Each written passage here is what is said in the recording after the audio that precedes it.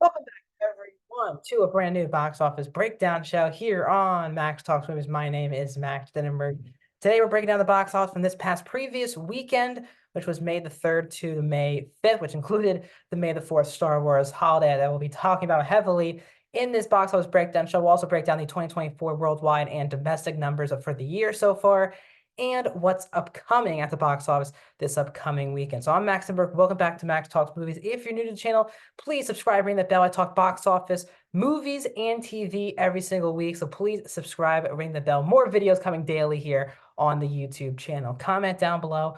What are your thoughts? What went wrong for The Fall Guy? Why does the re-release of Phantom Menace work out so well? What will be the kickoff to the summer movie season? Let me know in the comment section down below. Also, please like the video, the thumbs up button. So without further ado, let's get into this box office show. First one for the month of May. And kicking things off is Universal's The Fall Guy, which was supposed to be the first big movie of the summer movie season. Usually this date, May 3rd, that weekend, usually means it is the kickoff for the summer movie season. Marvel's kind of had that under their wraps the last couple of years with Guardians Volume 3, Doctor Strange and the Multiverse of Madness.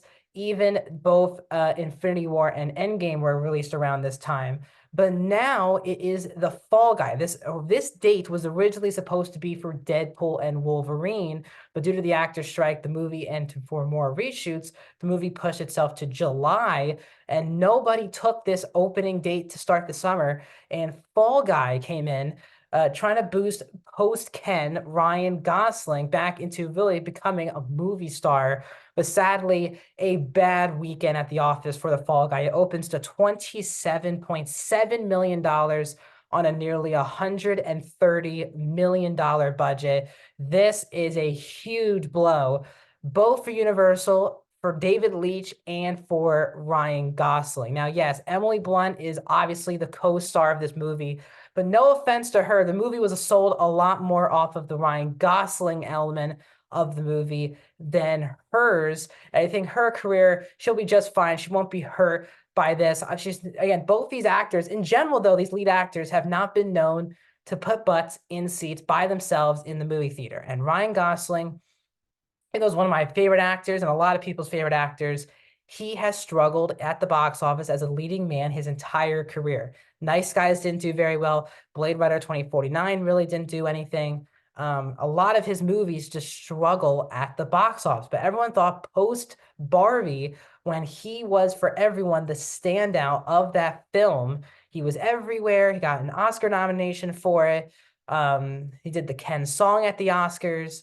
He had SNL recently. It felt like the momentum was really there for Ryan Gosling to finally take off as a leading man from a box office perspective, not from a famous perspective, from a box office perspective. And this movie just is not helpful. And it really does show, sadly, the fact that Gosling is just an actor right now who is not that movie star based off of the box office. His movies just don't open very big when he is the leading man. It's unfortunate. I think he should be. He's a movie star to me. But from a business perspective, he's not that type of movie star. He could be that easy standout in a supporting role like in Barbie that makes $1 billion. But he was not the reason why that movie made $1 billion. He was just a standout in a $1 billion movie. This time, the momentum just wasn't there for Ryan Gosling. Very disappointing. But also David Leitch. Again, a lot of his movies have not done great critically. Bullet Train, Deadpool 2, even I know Hobbs and Shaw did pretty good, but that's, again, these are IPs. Hobbs and Shaw, other than Hobbs and Shaw and Deadpool 2, Bullet Train, Fall Guy, Atomic Blonde, it feels like all those movies could have set up franchises, and I don't think any of them are going to be setting up franchises for David Leitch moving forward. But again, Gosling, he's not going to, his career is not going to be tainted or anything by this movie, but it will take him a lot longer, I think, now to get a big Hollywood movie where he's the leading actor and the whole movie is sold on him moving forward. This was supposed to kick off the summer movie season, and this fell absolutely flat on his face, especially when the budget's nearly $130 million. Long way to go to see the disappointment of Fall Guy. It does have good critics, but mostly really good audience scores. So we'll see if there are legs for Fall Guy. But of the summer, May is the busiest and biggest movies are coming out in May, really. So we'll see if Fall Guy can survive the wrath of competition for the remainder of the month. At number two, on the positive end of the kickoff to the summer movie season, was the re-release of the 25th year anniversary of Star Wars Episode 1, The Phantom Menace, getting $8.7 million, one of the biggest re-releases of all time. Got Phantom Menace back into the top 50 box office biggest movies of all time with this weekend. As I said, Star Wars has been re-releasing movies very recently, especially on May the 4th. I think 2 years ago, it was an anniversary for, I think a 40-year anniversary for Return of the Jedi that I went to, had a lot of fun with. And now Phantom Menace celebrating its 25-year anniversary. May 4th, a lot of people joke about it, but Star Wars is capitalizing at the box office on re-releasing these movies, and especially, in my opinion, the prequels. The prequels, when they came out all those years ago, yes, made money, but were really crapped on by both the fans and critics. But now, 25 years later, these movies, like I grew up, I was born of the generation that these movies were coming out with, grew up with. We're old enough now to finally see these movies in theaters, and we have loved the prequels. I'm not a big fan of Phantom Menace or Attack of the Clones. There's a lot of people out there who do, and you can see the love of the prequels really coming out in full force this past weekend. So Phantom Menace, a huge win. Its overall total for its entire run domestically is 483 million. That's all, again, from 25 years of box office collection, but still amazing stuff that Phantom Menace has got to number 2 this past weekend. In third place from Amazon and MGM is Challengers in its second weekend, dropping 49%, 7.5 million for Challengers, up to 29.4 for its domestic run. Again, this movie, the budget's too high, $55 million. And I think Zendaya is a big star. But again, this is her first, even though she's been in the Spider-Man movie, she was in Greatest Showman, she's been in a couple animated movies. It's the first time that she is solely the lead, really the lead character of a big movie. She will get multiple more opportunities to lead a big movie, but I think this went a little worse than I think everyone expected.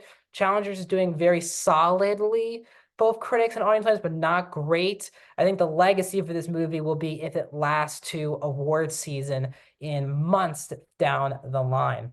The other movie that opened this past weekend is at number 4, Tarot, a horror film from Sony. It opens to $6.5 million. Again, this movie has been trashed by both critics and audience scores. But again, horror movies don't need those great audience scores or critic scores to get people to go to check out the new horror movie of the weekend. Horror is one of those genres that just off the genre, people will go to the theater to see it no matter what the reception of the film is. So Tarot gets into the top 5 this weekend. I don't expect it to stay in the top 5 after the poor reception of the movie, but Tarot makes its way into the top 5. And wrapping up the top 5, at number 5, just hanging on, is Godzilla X Kong New Empire in its 6th weekend. 4.5 million, 37% drop, up to 188.1 million. By the time I talk to you next weekend, Godzilla X Kong, The New Empire will be the most successful, from a box office perspective, the most successful movie of the entire MonsterVerse, passing Kong Skull Island. So the MonsterVerse is at an all-time high. Is it because that Godzilla movie came out towards the end of last year? Who knows? There's a lot of momentum with the MonsterVerse over the last couple of years, and Godzilla X Kong will become the most successful movie from a money perspective of the MonsterVerse.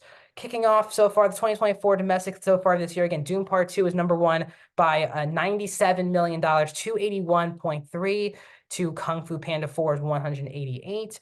Godzilla X Kong at that 188.40 compared to 446 of Kung Fu Panda is at number 3. So Godzilla X Kong will get to number 2 domestic next weekend.